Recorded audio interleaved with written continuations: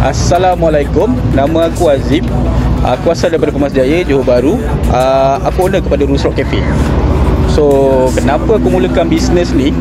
Aku nampak peluang lah. So, aku mulakan, ada duit sikit, ada modal sikit, dan aku mulakan daripada stall dulu. Aku meniaga kopi saja dulu dengan roti bakar, benda-benda simple lah. Kemudian aku dapat offer untuk masuk kedai, which is sekarang ni lah, Roots Rock Cafe. Jadi okey, kedai ni konsep dia dia macam western lah, sana cakap. Western memang bukan macam, memang western pun. So kita ada macam chicken chop, chicken grill, lamb chop, pasta pun kita ada. Pasta, dan kita punya menu air yang kita sediakan pula kopi lah. So kita banyak buat kopi, buat matcha, frappe, dan korang boleh dapatkan semua tu dengan harga yang pada aku sangat marhin lah.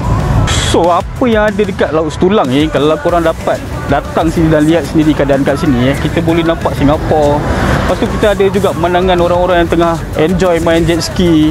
Ada banyak burung-burung. Part burung ni, kalau korang nak tahu, kalau korang ni memang bernasib baik, seagull pun ada kat sini tau. Bukan seagull je, silsilah dugong pun korang boleh jumpa. Dekat sini Setulang ni banyak unpredictable punya benda-benda yang kadang-kadang tak terfikir di akal. Kau boleh jumpa juga kadang-kadang, kalau nasib kau baik lah. So macam gitulah. Selain daripada tu, kau boleh dapat jugalah view-view yang macam gini, untuk tenangkan perasaan dan fikiran kau yang serabut tu dengan dunia tak habis-habis ni. Sekali kau kena juga bawa diri kau untuk berehat. Jadi kau tengok dan nikmatilah keindahan alam ni, ciptaan Tuhan. Untuk siapa? Untuk kita manusia lah. Kita kena belajar menikmati dan mensyukuri. Okay? Let's go.